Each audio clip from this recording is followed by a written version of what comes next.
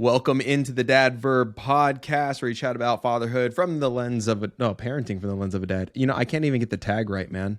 What a day. That's indicative of how busy. That's how busy it's been. You know what? Maybe you should do the intros now because I am belligerent and incompetent. So Let's give it a shot. Welcome to the Dad Verb Podcast, where we chat about parenting from the lens of a dad. My name is Andrew, and I'm joined by my buddy Ben Brown. Ben, what's been going on with you, man? What's going on? Just sadly gearing up to go back into the office. I am at the end of my parental leave. I'm very, very fortunate to have 16 whole weeks off to spend time with my kid, but I'm getting ready to go back. Monday morning, I'm heading back into the corporate grind. So I'll be back at my desk tomorrow morning. 16, I think, if you were to like poll a majority of Americans, 16 weeks, paid leave or unpaid? Yeah, 100% paid. That's on the high, amazing end of what we would get as Americans. 100%. I would say that a majority of people do not get that. I did not get that for all of my kids. I got about like 2 weeks, all unpaid. It was tough. So the fact that you got 4 months, basically, so 16 weeks, that's amazing. Yeah. So that's legit. Yeah, it's awesome. That's an interesting topic. If you're watching on YouTube, comment how many weeks, how much time did you have off? It wouldn't surprise me if a bunch of people said 0. I had somebody reach out and say that they are I think they lived in Oregon and they are getting 20 weeks paid. So I don't know. Actually, I don't know if it's paid or unpaid, but they're getting 20 weeks. So I don't know if it's a company they work for, if it's like a state thing. I have no idea. That's like a fintech company or something. I don't know. That's wild. I mean, so tell me about your feelings. Weird. I'm definitely, I'm struggling a little bit for sure. Cause, it's been really nice to spend this amount of time with my kids and, be able to take days where I just take my son out of school or, take him on some kind of adventure or just spend the day with my daughter. I'm really, fortunate, and the way our leaves lined up, I actually ended up with more leave than my wife did, which is absolutely insane.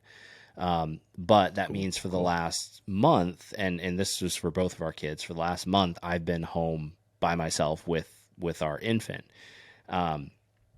which I think is something that not many dads get a chance to do, right? Like really switch into that primary caregiver role. And be the person who's there, making sure you got to change all the diapers and do all the feedings and do all the tummy time and the developmental stuff. And it's really cool to be a part of that and to have that opportunity. So that's one of the things I'm going to miss the most, because she's so smiley and so happy, and she just gets these big, giant grins every time you go to pick her up from her nap or play with her. So, sitting at a desk is not going to beat that anytime. No. And I just those early weeks are like so pivotal to like be able to just have moments like that. And for that to just get stripped away because you got to go back to your job is just like gut wrenching. Yeah. So, that sucks. I know a lot of guys have to deal with that and when that's the last thing that they want to do, but good on you, man, for not only being able to get that amount of time, but to, maximize it to have it to I don't know, use it up to its fullest. So it's cool. It's been great. Yeah, man. I've been nothing. I mean, on my end, nothing too crazy. Hey, of course, we got to start off with our questions. Is everyone healthy? Yeah. As of right now, we got through pink eye, we got through colds. But yeah, right now everyone is healthy. I think we're at a couple weeks now. I want to say maybe 2 weeks total. We're healthy as well. It's been wild, but tomorrow starts my son Henry and they're going to what's called like VBS, so like a vacation Bible school. It's like this churchy Jesus-y thing, right? Yeah. During the summertime, and the last 2 years that he went, the week after, horrifically sick, bad cold, shut us all down. Oh, no. Horrible. So no. Third time's a charm. I don't see this being any different.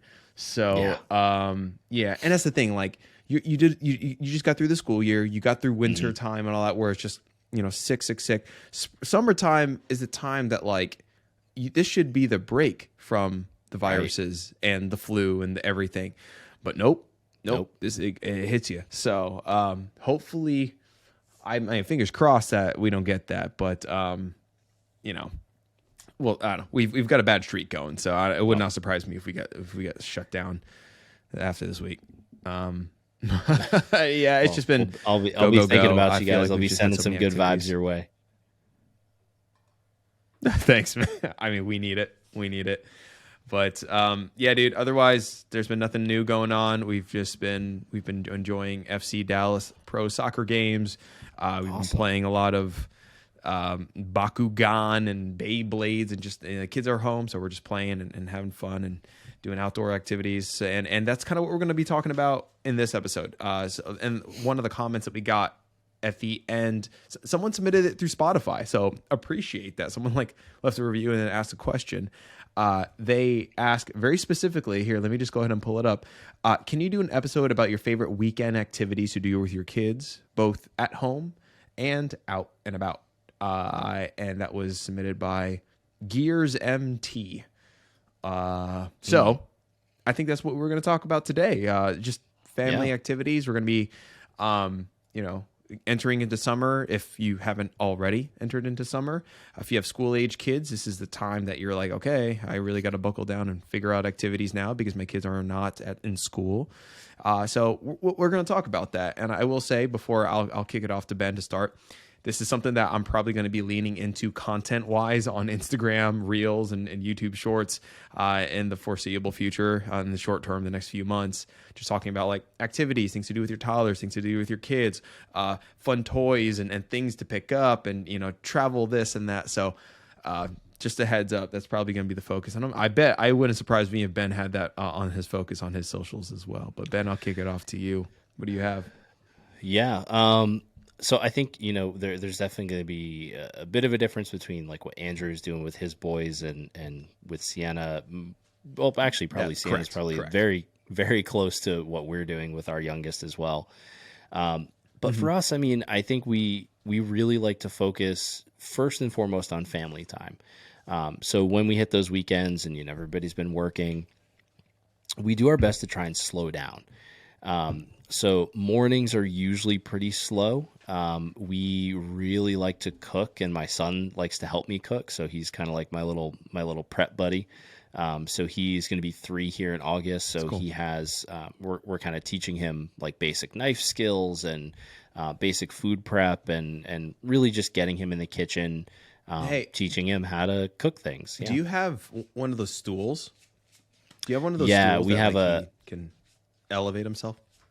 Yeah, we do. We have ours it's a learning tower. It's honestly, I don't know if I would recommend it. It's cool. We got it as a really sweet gift, but it is massive. It's huge. I mean, I can stand on it. I'm a 230-pound adult. I can use this thing as a step stool. It's gigantic. But it gives him a platform to kind of move around and be a part of things, and puts him at counter height. So yeah, he loves it. He gets his own cutting board. He has his own set of knives. Now they're plastic knives. They're not real metal knives. I'm not giving my kid, dangerous weapons or anything at 3. But yeah, we'll give him strawberries to cut or bananas to cut while we're cooking. We'll help him, let him help mix eggs for scrambled eggs, or let him crack the eggs in the morning. So cooking is a really big thing in our family, and for me especially. So that's one of the probably the best weekend activities that we do, at least to kick off the day. Nice. Yeah. I don't do that as much as I should. And it's because I have this problem about just a little bit of OCD where I'm because when you're doing that, you kind of do have to embrace mess and fully be ready for the imperfections. And I'm just not good about that. I'm just get the damn egg in the bowl, okay? Let's just do, and it's just not gonna end up in the bowl, and there's gonna be a lot of shell. So I mean, just so I'm not good about that, but I should be. I know I should be. Yeah, I've got a tough time with it too. To be honest, it's not easy to cook with kids. I actually have to physically restrain myself. I'll actually either hold my own wrists or I'll put my hands behind my back so that I don't take things out of his hands and do stuff for him, because I'm no, let me show you. No, let me show you. And then he never does anything. So I'll just physically restrain myself and just explain it to him, and just have to eat the fact that, there's probably going to be shells in the egg. There's probably going to be, green tops from the strawberries and the French toast or whatever. But, he gets better and better, and it's really cool to see him get excited.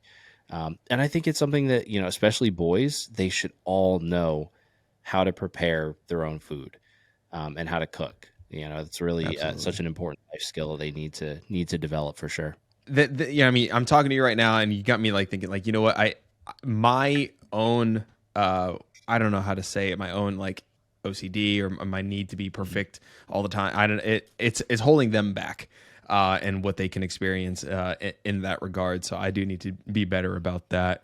But talking about some of the activities that we have been doing, so. Like Ben said, kind of at the top, we've got a range of ages, right? So we've got a 1-year-old, 4-year-old now, and a 6-year-old. And our 1-year-old has just really started to walk in this past week. So she's really like walking. So yeah, it's amazing. It's awesome. Really cool. So good for her. Around a little past 12 months, 12 and a half months. 13 months. So she's so the activity recently is just playing defense and trying to make sure that she's not breaking all of the things, including her body down the stairs. So there's that. But other activities, so for our 6-year-old, I'd like to say that like, we are a screen-free family. We do everything. It's all puzzles and STEAM learning kits and blah, blah, all the time. And there is that. But a lot of it is I share my enjoyment of video games with Henry. We are definitely a Nintendo family. Play Mario Kart. I let him play Mario Kart. I'll watch him. I just got a classic arcade machine, a little tabletop arcade machine with like the oldies, like Galaga, Pac-Man, Frogger, a lot of those games. And he's been really enjoying just like the classics. And there's like a 2-player mode, and we'll just play video games quite a bit. So that's one of the activities that we'll engage with. But another, going back to the STEAM learning kits though, we subscribe to KiwiCo, not a sponsor. Okay. This is not a sponsor or anything, but KiwiCo boxes, they're like these STEAM learning kits, and they come to your door every month, and there's like 4 activities in them. And they're all, they hit on different things like the arts or science or math or whatever. And it's like these fun arts and crafts things, and we'll sit down together and do those. And that's good. But the problem with that sometimes though is like, we as parents, we don't always have to be the source of entertainment, right? It's kind of up to the kids to kind of learn how to entertain themselves. And I think that's a thing that a lot of parents forget about, or they feel the need to be that source of entertainment, but we're doing them a disservice by not letting them explore different ideas and be imaginative or creative, and let certain things become random sticks and stones become like a whole new world to them, right? Because we're feeding them the information. And the thing about the KiwiCo kits is that like I have to hold his hand through the whole thing. It's not, I can't like just like set it and forget it, just like let him do it. And that's hard sometimes. So a lot of our activities are like me engaging with him, but I think one key thing is like there should be time that like, and I don't know, I don't know how you go about this, but how do you balance that like activity of like I'm doing stuff with my kids, which is fun, but sometimes you're just burned out and you need them to entertain themselves and create their own activities. How do you do that? Yeah, we do sometimes. I mean, like you guys, we're definitely not a screen-free family by any means. Like today was a pretty relaxed day. My son is like obsessed with Frozen right now. Like he loves all the music and the characters and everything like that. So we watched Frozen 2 for probably it's awesome. We're on a Moana kick right now. The 100th time. Yeah, so we went through the Moana kick, and then we went through Toy Story, and now we're stuck on Frozen. But yeah, I mean, we watch movies together. We watch movies together. He will He really likes a lot of the animated Star Wars series, which I am a huge Star Wars nerd. So that's a really fun thing to share together. Yeah, likes Clone Wars. Has really started to watch the new one that came out called The Young Jedi. I think there's only like 7 episodes. He's watched the whole season through like 4 times. But yeah, we love awesome. To do that. There's a Formula One race on this morning, and like we watch Formula One together. He really loves watching the fast cars go zoom around the track.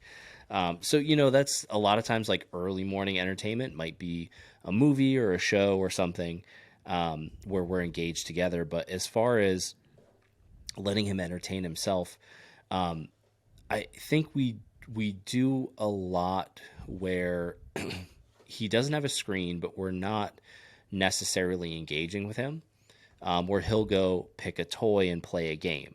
Or he really loves to play golf right now. So we'll set up a box and his little like practice golf balls and take his putter out. And he'll just stand there and practice putting for like 30 minutes, just, kind of quietly by himself.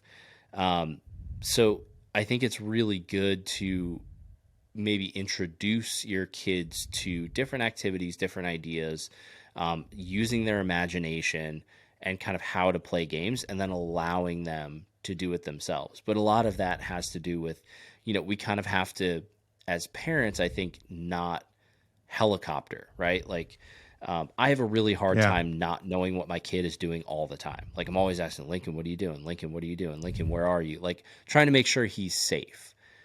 But at the end of the day, 9 times out of 10, when he's doing something, it's like, oh, he's picking up a bunch of boxes and building like a fort with it, or, crawling in and out of some stuff, or, he's doing something that is allowing him to use his body and mind in a way that if I were involved, he wouldn't be doing. This is going to sound like, I don't know, like I'm not a good dad or something like that. But like there's so many times where it's just like, dude, like, I don't know how to phrase this right. The biggest annoying question that my son will ask me is what's next?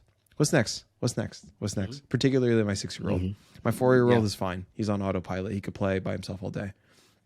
The what's next question is one of the hardest things for me to deal with as a dad, because it's like I don't have to play with you. That makes me sound so bad. I'm trying my best way to make this sound like good. Yeah, I get what you're saying though. There were so many times when I was a kid though that I would get sent, out of the house, or be like, Mom, I'm bored. Okay, go outside. Like, that was the answer. Just, okay, go outside. We lived on a smallish farm. But why is there guilt with that now? There's guilt now with that now. Like, you can't just say that you're being a bad parent. Like, if I said that I did that on Instagram, I would be like, lit on fire. That's not allowed. But like, I think it's so important for kids to like, I would get canceled. But like, I think it's so important to be able to say like, I don't need to play with you right now. Go do something. Go figure it out. Like, I think that's just so important, because like, that's the big thing. Like, the question that came from a very genuine place. Like, hey, what are some activities that you could be doing for the summer? But, and by the way, I'm sorry I talk very fast. It's just how I am. I feel like I talk on like 1.5 speed.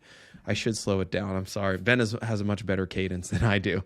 But I think it's, if the summer is here, right? And if you have older kids, there's like this need to feel like, how do we fill this, like these voids that is, that have been left with the absence of like school or daycare or whatever. And we don't have to fill that void. Like, sure, you can turn on the sprinklers or plan a day at the pool or something like that. But like, every single day doesn't need to be like some big thing, or that you have to plan, or you have to have some big agenda. And come into the summer, like, we felt that, like, what are we going to do? Like, and like, why can't it be as simple as like, hey, we'll play this game, that game for an hour or two, but y'all just go and figure it out. Because it's hard, because like they're not at the age yet where you can just like kick them outside and like go to the friend's house across the street, or you might not have like the local support of that, right? Or you don't feel comfortable with them just like, because I don't know, when I was younger, my mom would just be like, go, and I would just get on my bike and just like go, and then I would hopefully return which I did, you know, hopefully you but came like, back by dinner. I don't know. Like now I don't exactly. I feel like that's not as much of a thing right now, or maybe it's just the age, right? Even my 6-year-old, I just don't trust him to like get on your bike and go, and then like go hang out at your kid's house and then come back by 7. You know, like that's not how it is yet. I think we will get there, but with young kids, yeah, it's not there yet. But it doesn't necessarily mean that like we have to be planning activities. You know what I mean? Well, I think that's some of the stuff that we get from. No, not at all. Not at all. I think there's a lot of parents that struggle with that, right? Because there's sort of the guilt of what you see, especially online, is so many people who appear to be living these incredibly, perfect lives where they're entertaining their kids at all times. But one of I think the best things we've taken from the sort of, I'll call it like Montessori adjacent lifestyle, right, is having toys that kids can use on their own without a lot of guidance. So like we try in our house if we can, and it doesn't always work, but to avoid like toys that need a ton of assembly or need a lot of hand holding to make them work. So like for our 2-year-old, he really loves blocks. So he has foam blocks, he has regular blocks, and I think he has some wooden blocks too. But it's stuff that it's out in his playroom. They're in bins that he can easily access. He has a play kitchen as well, where, he can easily access all the little food things and pots and pans and all of that, so that if we're sitting around and, we're not necessarily standing there trying to actively entertain him, he can go and, you'll see him pull out a bunch of blocks and just start building a tower. And then he'll run over to you and show you what he built. He'll say, "Oh, Daddy, I built a rocket ship," or "I built an airplane," or whatever. "Oh, cool, buddy. That's awesome. What are you going to build next?" "I don't know." And he'll run off and go build again. And so, I don't think all kids are like that. I think some kids are probably just more apt to kind of free play by themselves than others, but I think all kids are well and capable of it. But it's setting it up in such a way that they have access to those toys, that those toys are maybe visible to them and appropriate for their age. And then, you kind of encourage that type of play by not involving yourself, saying like, "Okay, buddy, I've got it." Like I'll tell him, "Hey, I've got to go downstairs and do X, Y, or Z. I'll shut the baby gate at the top. I know that he's safe up there, and make sure that he's good." And I'll kind of yell up to check on him every few minutes, or pull up the camera to check on him, or whatever it is. But as long as he's playing okay, and I don't hear any, screaming or things being thrown around, you can just sort of let him entertain himself.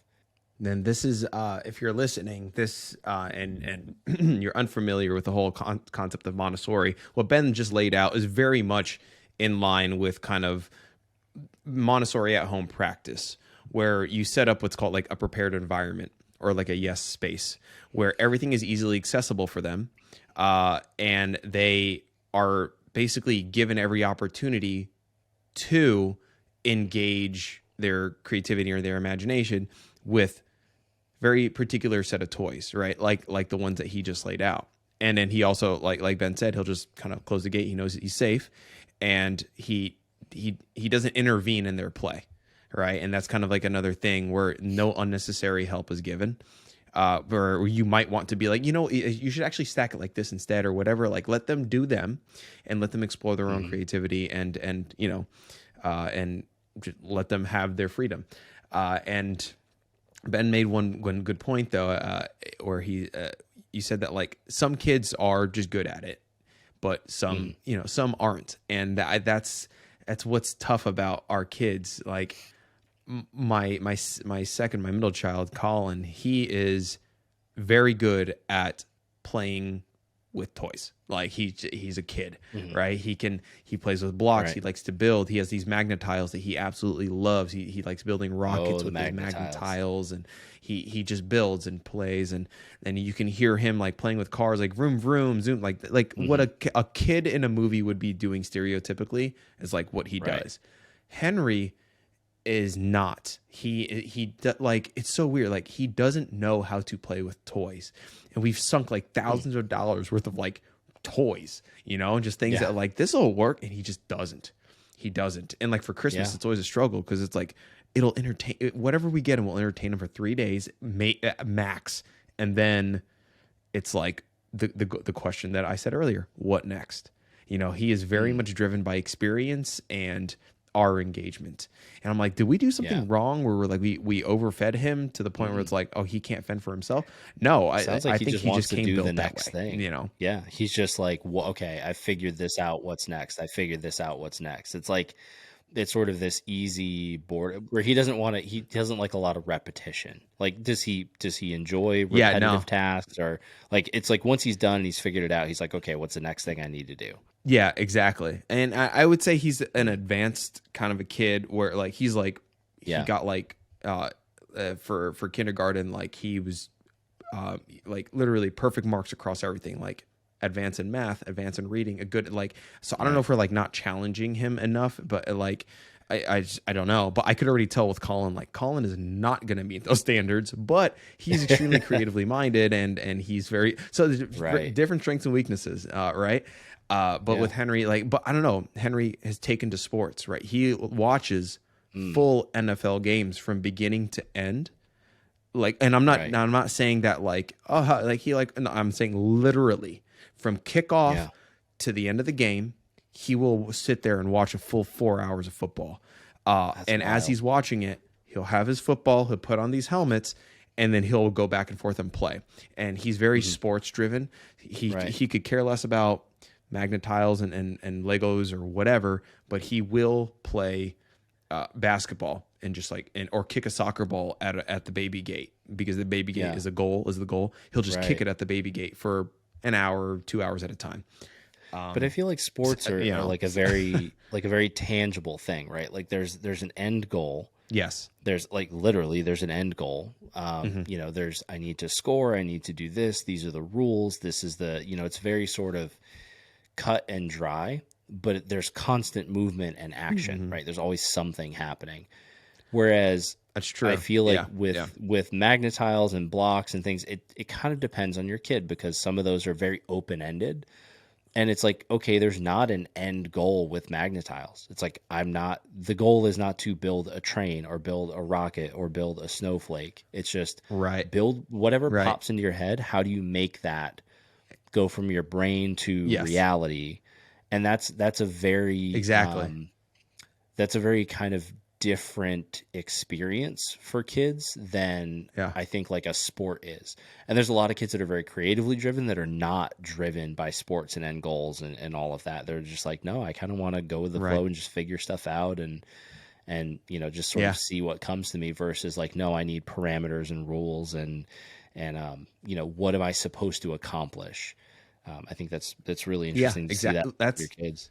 You hit it on the head. Like, and it's just, and I get it. Like, it's just tough when you have both living under your house and you have to like cater to their totally strengths or those needs at the same time. So, and then you've got a baby girl who's just now starting to walk, and you're like, son of a, okay. So, what's she gonna like? It's a lot. Exactly. Boys. No, I'm kidding. So we're gonna, throughout the summer, I guess, harking back to the core question, like, what are some activities that you like to do? I can like speed through it, we do just like sprinkler and water gun fights, which we often like to do, Beyblades and Bakugan. Like we actually sit and like play the game, a lot of card games and a lot of board games. We love a game called Sky Joe, which is really, really good. We like to play, a lot of the classic Hasbro games. Operation. He's not good at Connect 4. I slay at Connect 4. He will never beat me. He sucks. I hate and then so Candyland. I'm actually good at it. My wife loves it. My wife. I always get people Connect 4, and she. I always get people in the double trap. Time. Yep, all the time. I hate it. I want to kick it over every time we play. So I would say, like, when it comes to like summer activities, it's driven by a lot of like smaller, rapid fire things, as opposed to one long, big planned day. You know, we're Right. more of a shotgun spray approach than a sniper fire approach. Is that, if that, I'm probably not making any sense here. No, I think it does. I think you sort of have you sort of have like individual activities that you can spin up and spin down fairly quickly depending on how your kids are reacting to it, right? Like a game or Right. like you said, a video game or maybe a show or something that they can get into and out of without without a lot of, I guess, setup or tear down time, right? Like sprinklers are easy. That's super fun. Kids really enjoy it. I know for us, Right. some of the stuff we love to do in the summertime, just in general, like my son loves to be outside, so we're always in the backyard. He's always asking if he can be outside. Like I said, he loves to play golf, so he always wants to take his golf clubs out and work on his work on hitting and taking big swings or hitting some bombs, as he likes to say. He's like, Daddy, can we go in the backyard and hit bombs? I'm like, yeah, we can go in the backyard and hit bombs. That's awesome. Let's go. That's legit. So, That's we do a awesome. lot of stuff outside. He does. I'm very fortunate that he likes to like kind of be in nature. So we're very fortunate in our area. We have a lot of really great like greenways and parks. He always wants to go to the park. So his big thing is like he'll go to a park and he'll play till he passes out. Like he just wants to be outside, playing on slides, climbing things. He's like a very physical kid. So he, That's awesome. if we go on a hike, he's all over the place. He just wants to explore everything and ask me questions about everything we see and hear and smell and experience, which is really cool to see that. And then, as I said before, I mean, if we need to take a break, we'll watch a movie or, watch a cartoon or something that we know that he likes and is good. But we do that kind of actively as well. So we'll sit there and have conversations about it and talk about what's on the screen and all of that. Yeah.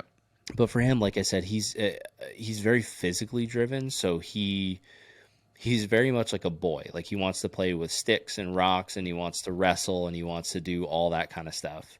And just be outside as much as possible. So for us, it's like the commitment is, going outside, being more active, even when we're feeling lazy. Like we just got to get up and kind of move around with him so that we don't spend an entire day just laying on the couch and watching movies. Because he'll do that too if we let him.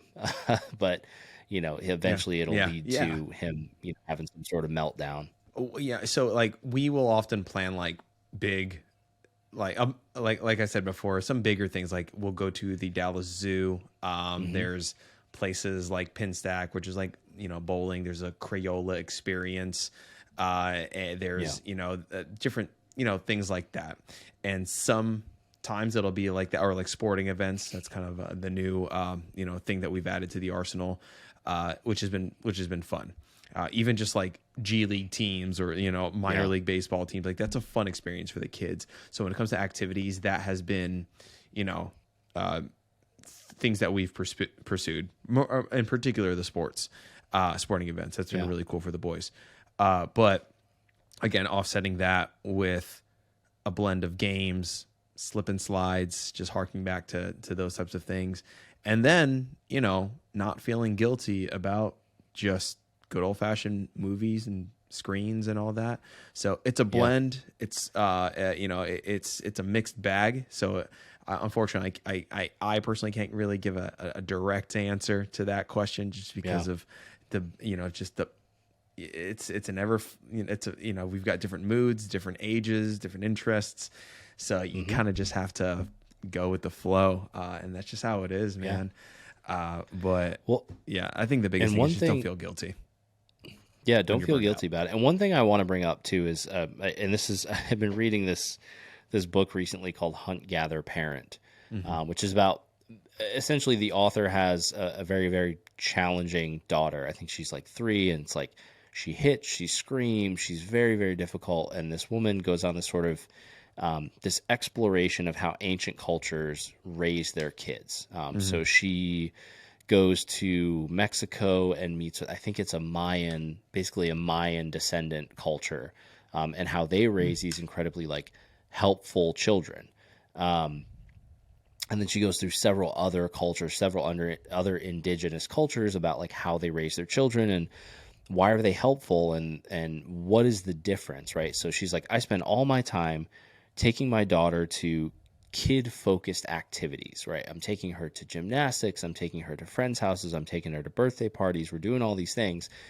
And yet at the end of the day, like she still like wants to scream at me and be angry and all these things. So I say all that to kind of get to this point, and that we talked about kids entertaining themselves, but one of the biggest things we've found that has helped us with our son is like grown-ups have stuff to do, right? Like there's an adult world out there where like you want to go to lunch, you need to do the laundry, you need to do dishes, you have to mow the lawn, whatever it is. There's a whole world of adult activities that exist outside of your child's world. And at the end of the day, we are not, as parents, necessarily responsible for entertaining our children, right? Like that's I would say that's not really our job. Our job is to raise them, protect them, engage with them, yes, but not necessarily to make sure that they're entertained at all hours of the day. Mm. The way that we can sort of get around this or get them more involved is to help them realize that they are a part of the family.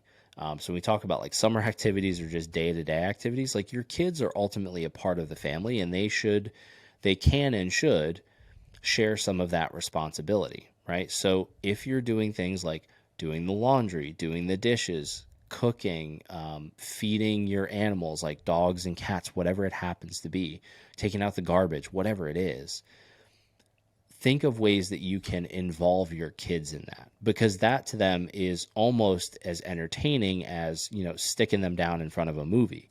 Yeah. We do this all the time with our son. Like he has that learning tower. He's tall enough to reach the sink.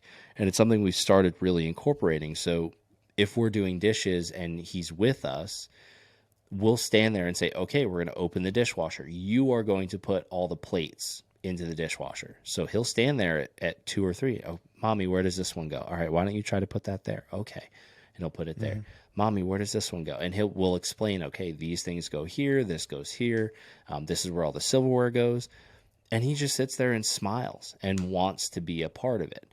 And, I think there's always opportunities to involve your kids in your day-to-day life that isn't, trying to entertain them or trying to come up with an activity, because there's plenty of activities that happen all around them that they can and should be involved in as just a part of the family. That's you bring up some really cool points, and one quote that I heard just stuck out to me, and I think it's kind of good, relevant to this, and it was play is the work of the child. It's that's what they're supposed to be doing, and I don't want to sound overly like Montessori, but like I think in addition to what Ben pointed out about like incorporating them into the family, whether that's through cleaning or helping, because they as my kids, they genuinely enjoy that. Yeah. I feel like sometimes I just hold them back because I'm like, you don't do it right, but like no, they should definitely be more a part of it. Yeah. But yeah, it's setting up the right environment to enable them and empower them to do so, whether that's to play or help or whatnot, and giving them every chance to succeed, and then just opening the gates and say, hey, go do it. And it can work.